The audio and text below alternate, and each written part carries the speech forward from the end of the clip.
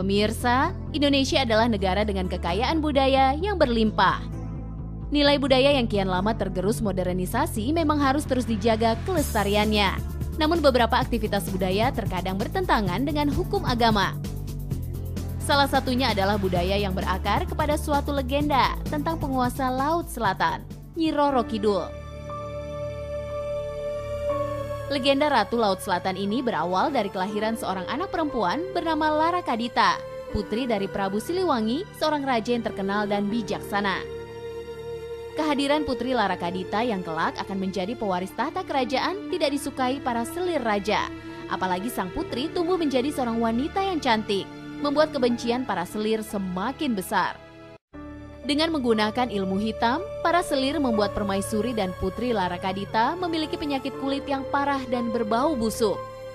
Karena penyakitnya, permaisuri dan putri diusir oleh raja dengan alasan takut penyakitnya menjadi wabah di kerajaan. Dalam pengembaraan, permaisuri yang terlalu lelah melalui medan yang berat meninggal dunia. Ditinggal sang bunda, putri Larakadita yang sedih terus berjalan hingga berhenti pada suatu karang dan akhirnya tertidur karena kelelahan. Dalam tidurnya, sang putri bermimpi kecantikannya akan kembali seperti semula jika putri melompat dan menenggelamkan diri di laut. Akhirnya kecantikan putri kembali dan menjadi Ratu Laut Selatan, Nyi Roro Kidul. Sebuah legenda biasanya berasal dari cerita rakyat yang berkembang dan terus diceritakan. Pada legenda Nyi Roro Kidul, bisa jadi sebagian masyarakat bertemu sosok magis yang digambarkan perempuan cantik berpakaian serba hijau. Hingga kini masih banyak yang mempercayai sosok mistis ini. Masyarakat terus melaksanakan ritual guna menghormati penguasa Laut Selatan ini. Salah satu ritualnya adalah larung sesaji, ritual yang diadakan tiap tahunnya. Ritual sedekah laut ini dilaksanakan sebagai wujud syukur kepada Tuhan dan penguasa Laut Selatan, agar nelayan terhindar dari musibah di laut dan memperoleh lebih banyak hasil ketika melaut. Tidak hanya nelayan dan masyarakat sekitar yang melakukan ritual. Sebuah kamar di hotel ternama dipersembahkan untuk Nyi Roro Kidul. Kamar bernuansa hijau ini dibersihkan dan dirawat setiap hari. Tak lupa pemberian suguhan kepada sang penguasa Laut Selatan. Kamar ini menjadi tujuan orang yang ingin bersemedi kepada Nyi Roro Kidul. Perlakuan masyarakat akan legenda ini menjadi bukti kemenangan iblis merusak akidah manusia. Iblis menyerupai bentuk yang dikenal manusia dan melakukan tipu dayanya agar manusia menuju kekufuran. Bisa jadi iblis ada andil menciptakan legenda Nyi Roro Kidul. Memberikan kesan sang putri adalah sosok yang baik dan teraniaya. Namun karena kesabarannya, Nyi Roro Kidul mendapatkan kekuatan yang seakan bisa menolong manusia. Yang parahnya, kekufuran ini terus berlangsung hingga kini. Tertawa puas iblis melihat manusia terus terpedaya rayuannya. Astagfirullah.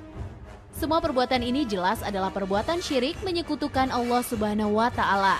Meminta pertolongan kepada selain Allah Subhanahu wa Ta'ala ataupun mengagungkan selain Allah akan mengantarkan manusia menjadi budak iblis. Mirisnya, yang melakukan semua ini kebanyakan adalah pemeluk agama Islam. Padahal Allah Subhanahu wa Ta'ala telah mengingatkan kepada orang yang beriman kepadanya jangan sampai terjerumus dalam perbuatan syirik.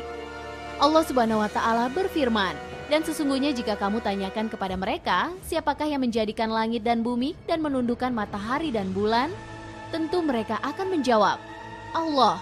Maka betapakah mereka dapat dipalingkan dari jalan yang benar?" Surat Al-Ankabut ayat 61. Syirik adalah dosa yang paling besar dan menjadi dosa yang pertama kali disebutkan keharamannya. Allah Subhanahu wa Ta'ala berfirman, "Katakanlah, marilah kubacakan apa yang diharamkan atas kamu oleh Tuhanmu, yaitu janganlah kamu mempersekutukan sesuatu dengan Dia. Berbuat baiklah terhadap kedua orang ibu bapa, dan janganlah kamu membunuh anak-anak kamu karena takut kemiskinan. Kami akan memberi rezeki kepadamu dan kepada mereka. Dan janganlah kamu mendekati perbuatan-perbuatan yang keji, baik yang nampak di antaranya maupun yang tersembunyi.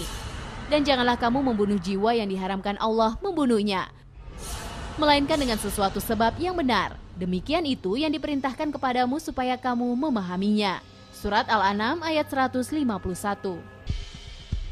Syirik juga dosa yang tidak akan termaafkan. Allah Subhanahu wa Ta'ala berfirman, "Sesungguhnya Allah tidak mengampuni dosa mempersekutukan sesuatu dengan Dia, dan Dia mengampuni dosa yang selain syirik bagi siapa yang dikehendakinya. Barang siapa yang mempersekutukan sesuatu dengan Allah, maka sesungguhnya ia telah tersesat sejauh-jauhnya." Surat An-Nisa ayat 116.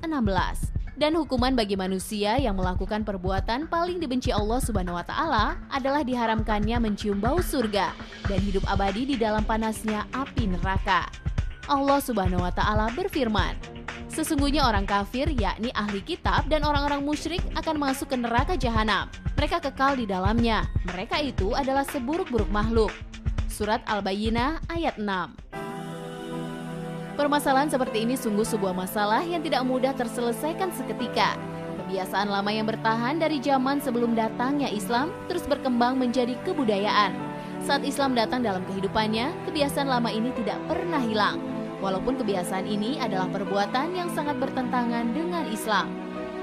Pada satu sisi, banyak yang merasa kebudayaan adalah warisan leluhur yang mesti terus dilestarikan. Di sisi lain, sebagai seorang muslim diwajibkan menjauhi perbuatan yang dilarang Allah Subhanahu wa Ta'ala. Sebagai muslim, pilih yang paling utama yang membawa kebaikan, yakni mendahulukan agama daripada yang lain.